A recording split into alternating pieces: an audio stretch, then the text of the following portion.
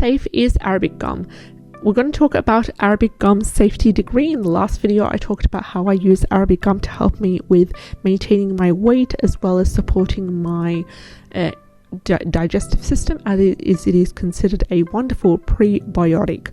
Now, Arabic gum is generally safe for most people when consumed in moderate amounts.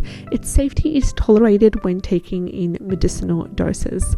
It's also been safely used in a dose of 30 grams per day for 6 weeks. However, taking it may cause some side effects to people who have digestive sensitivity. It may cause them to have symptoms such as bloating, gas, diarrhea, and nausea.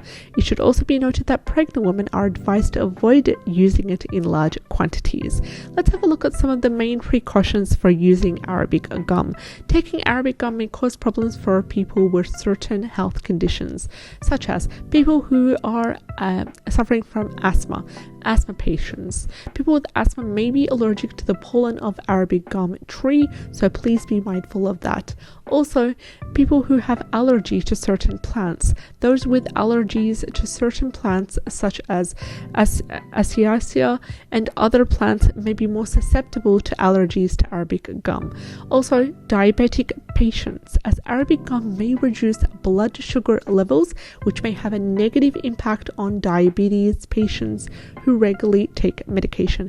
Therefore, they are advised to consult a doctor to adjust their medication dosages, or talk with the doctor to see if there are other healthy alternatives. Also, people who have surgical procedures. Taking Arabic gum may reduce blood sugar levels, as mentioned earlier, which may cause a sudden drop in levels during or after procedures. Therefore, please avoid using Arabic gum at least 2 weeks before and after undergoing surgery. Thank you so much. We talked about the main 4 warnings regarding precautions for using Arabic gum. If you found this video helpful, like, share, and subscribe. I'd love to have you on board. Take care and have a great day. Bye bye.